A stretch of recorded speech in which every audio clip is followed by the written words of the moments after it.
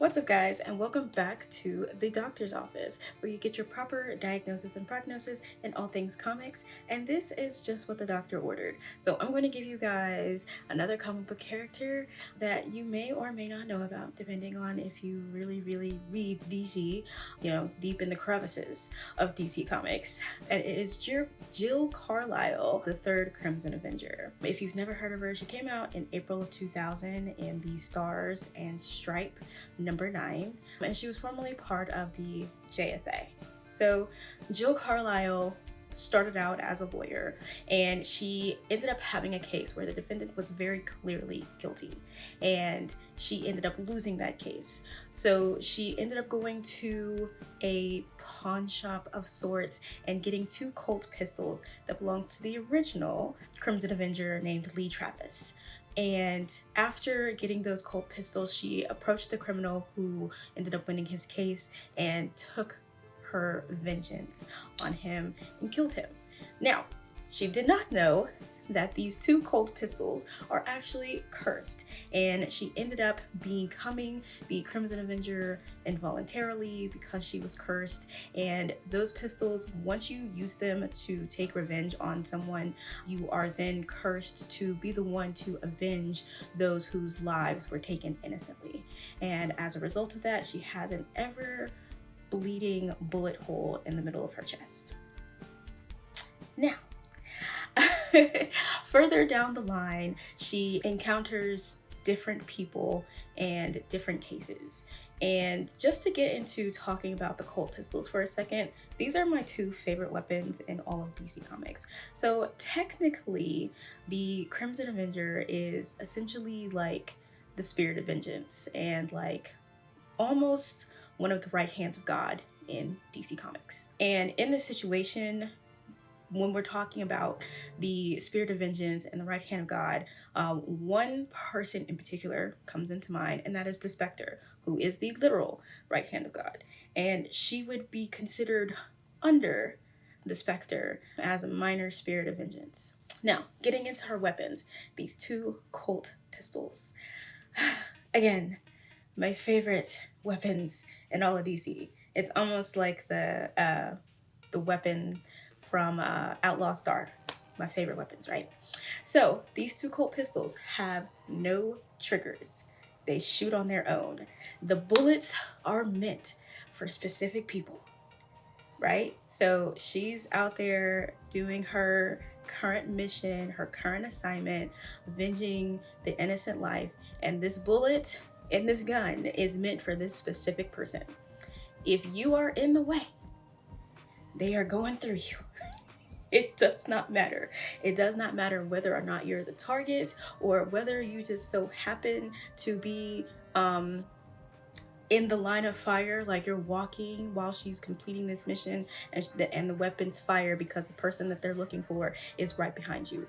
You will be Swiss cheese at that point in time if you do not move. Now, she is able to talk to the bullets to try to persuade them not to hurt innocent people, especially if they're not actively trying to stop what she's doing.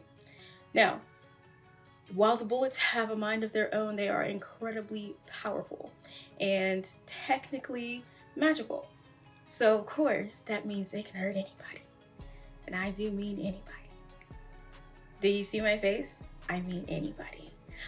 More specifically, the examples that are given are Superman and Power Girl.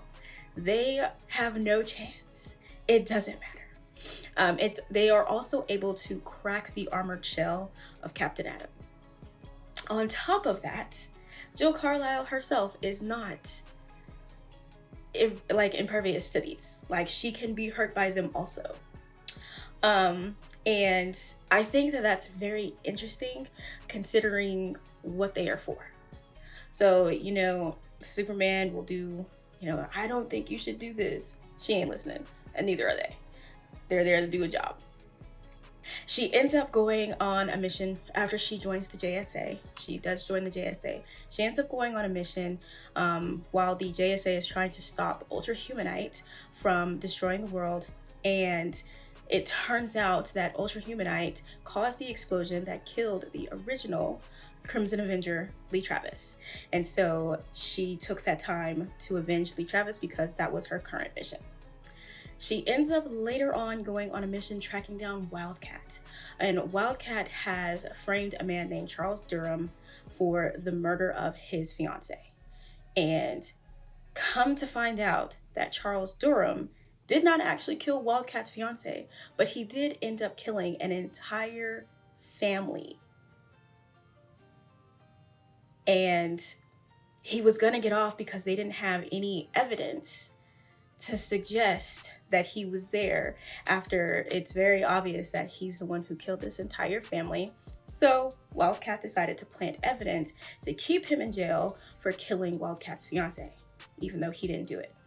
When she figured out that she's not always contacted by the spirits of the innocent, and she's not always assigned to spirit of the innocent, missions and assignments, she tried to use the 2 Colt pistols to commit suicide, and all it did was end the current contract and put her onto a new one. With this curse that she has, she is assigned to, track down the killer of an innocent person. As part of that curse, when she gets a new assignment, she has to relive mentally and physically the death of the person that she is avenging. And then she is then physically transported to their burial site, wherever they were buried. Doesn't matter where it is. And until the curse is lifted, she is immortal. She cannot die. As a result, evidence when she tried to commit suicide after the whole Wildcat situation. It's not happening until you finish what it is that you're doing, ma'am.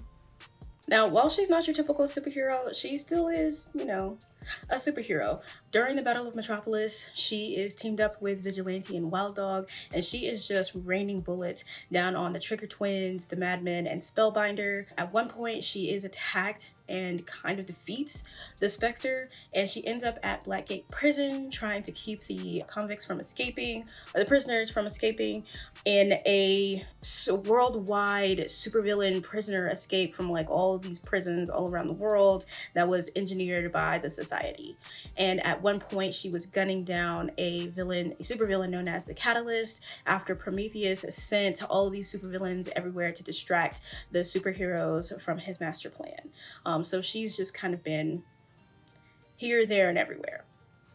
As for her abilities, she is intangible. She can phase through things. She has to force herself to do so, but she can phase through things. She is immortal, and then she does, of course, have her 2 Colt pistols. And again, the Colt pistols have no triggers. So whenever she's ready to shoot, she's ready to shoot. When she's not on a particular mission, just like the whole situation with Blackgate Prison, and when she was at the Battle of Metropolis, teamed up with Wild Dog and Vigilante, she is able to fire at will by speaking to the bullets.